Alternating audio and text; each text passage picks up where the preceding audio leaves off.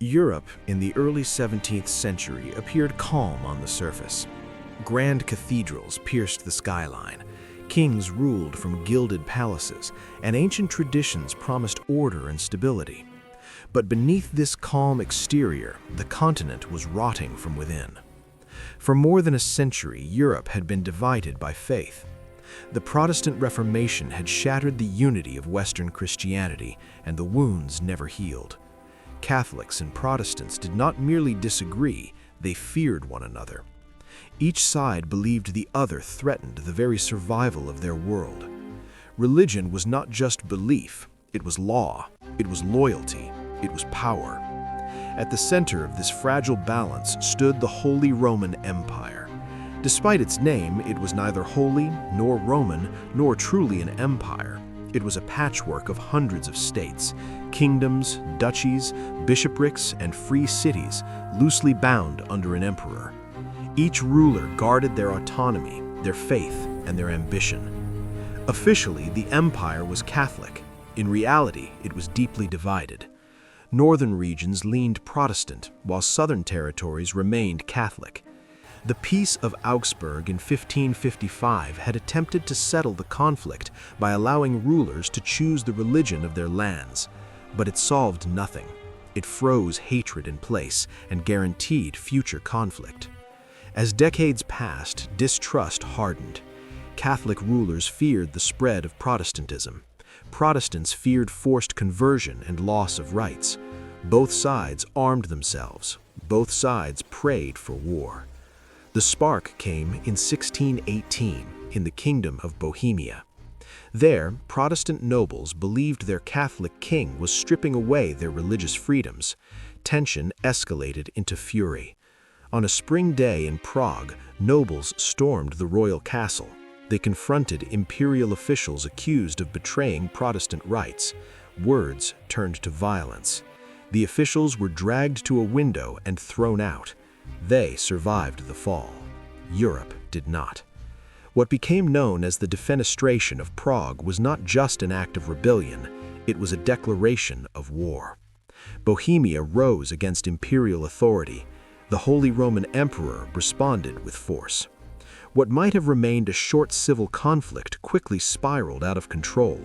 Alliances activated, old rivalries resurfaced, foreign powers intervened. The war spread like fire across Central Europe.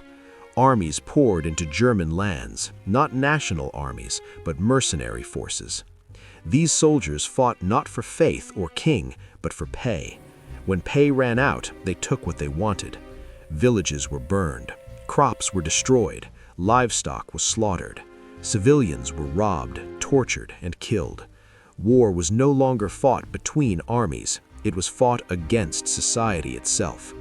The countryside collapsed first. Farmers fled or starved. Food shortages turned into famine. Famine turned into plague. Disease followed the marching armies, cutting through populations already weakened by hunger. Entire towns were left abandoned, their streets silent, their churches empty. In some regions, more than half the population disappeared. The war entered its next phase as Europe's great powers joined the carnage. Spain, already fighting a long struggle to maintain its empire, intervened to protect Catholic dominance. Spanish troops marched through the empire, determined to crush Protestant resistance. Then came Denmark. The Danish king, a Protestant, entered the war hoping to expand his influence. His campaign failed. His army was destroyed. The war grew darker. In 1630, a new force arrived, Sweden.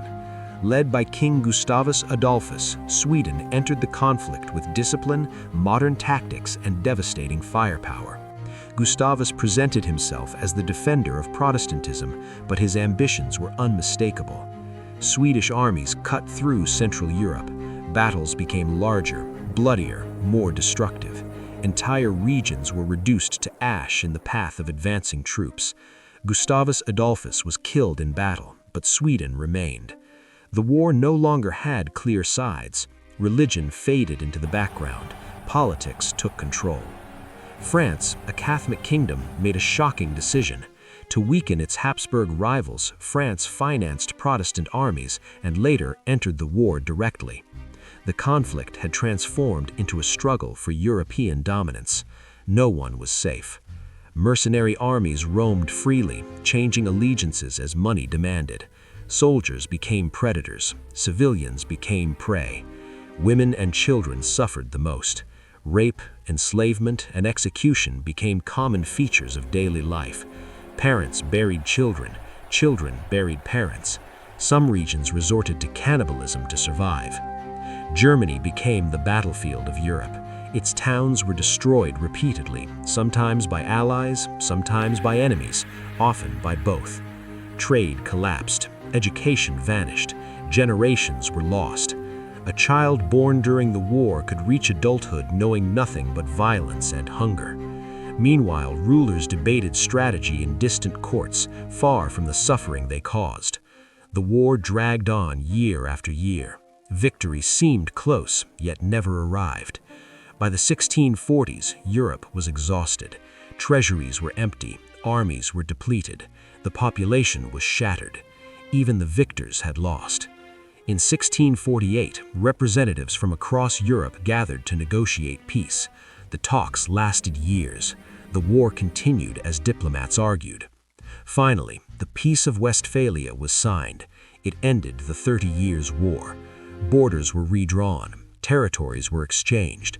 Religious tolerance was expanded, though imperfectly. Most importantly, the concept of sovereign states was established. Rulers would govern their own lands without interference from emperors or popes. The modern international system was born from catastrophe. But peace could not undo the damage. Europe had lost millions, not just soldiers, but civilians. Cities lay in ruins. Entire regions needed generations to recover. The Holy Roman Empire survived in name, but its power was broken. France emerged stronger. Spain declined. Germany remained divided for centuries. The 30 Years' War faded from popular memory, overshadowed by later conflicts, but its legacy remains. It was one of the deadliest wars in European history, a war without heroes, a war without victory. It proved what happens when ideology, ambition, and fear collide without restraint. This was not a war of nations, it was a war against humanity itself. This was Europe's catastrophe. Subscribe to The Thought Chamber for more, and feel free to drop your opinion.